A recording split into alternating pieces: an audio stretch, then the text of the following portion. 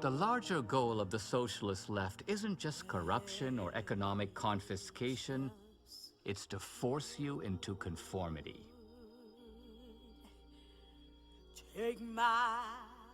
As with coronavirus, the left starts with the repression of religious freedom. Lead me on.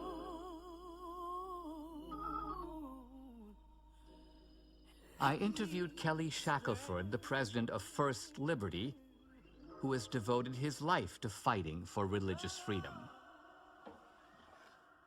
The one thing that a totalitarian regime cannot allow are citizens who hold an allegiance to one higher than the government.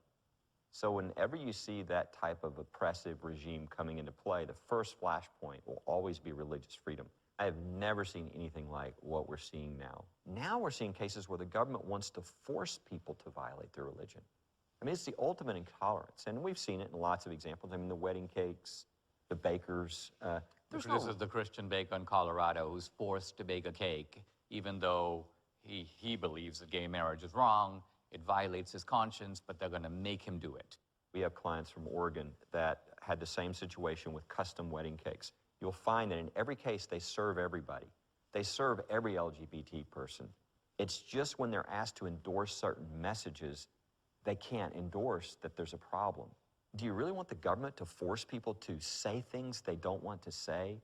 Does anybody really believe that the government should punish a black baker because he won't bake a cake for the Klan rally? They're trying to force people to engage in affirmative actions that violate their conscience. Isn't this part of the political strategy of the activist left? Yeah, it's the ultimate intolerance. The idea of trying to use the power of the government to force somebody who disagrees with you, that's as un-American as anything I can think of. To me, the case of the Bladensburg Cross is a perfect representation of the absurdity. Justices on the U.S. Supreme Court will decide whether a cross on public land in Maryland constitutes an illegal endorsement of religion by the government. It's a veterans memorial that was put up almost 100 years ago by mothers who lost their sons in World War I and by the American Legion. But then, come along decades later, the American humanists said, hey, wait, you can't have this big cross on government land. Separation of church and state. And if that point of view prevailed, couldn't one take the same logic to Arlington Cemetery? Absolutely. One of the judges said, why don't we just cut the arms off the cross? Because that way we can keep it there and not have to tear it down, but, quote, nobody will be offended. Well, I think a lot of people would be offended. You would have to go into every community of every state of this country and tear down the crosses, the Stars of David, the religious symbols.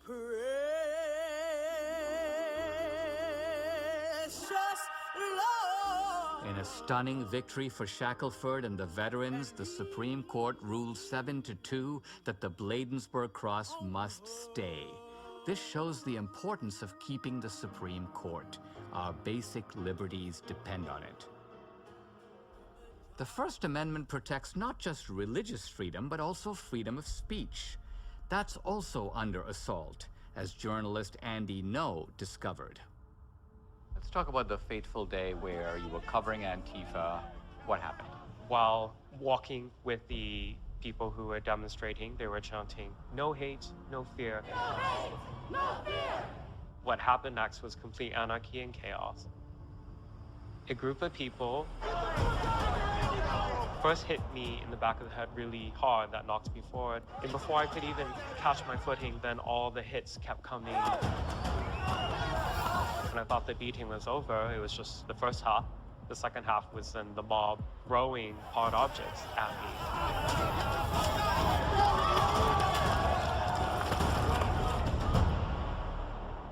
And at the end of the day, I ended up in a hospital diagnosed with a brain hemorrhage. Here you are, you're not a fascist. What scares them about you?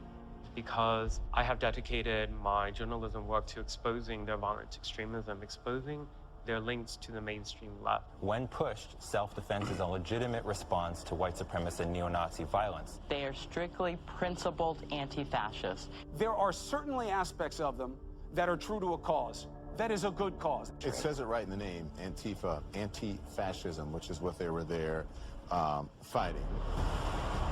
The original Antifa started as a paramilitary connected to the German Communist Party in the interwar years. The original Antifa described themselves as anti-fascist, but what they really meant was that they were against those who were critical of communism.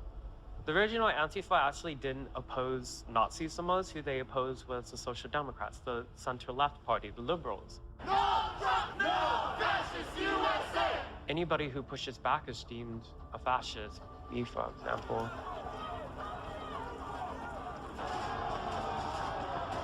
These socialist thugs are the true descendants of Mussolini's black shirts and Hitler's brown shirts.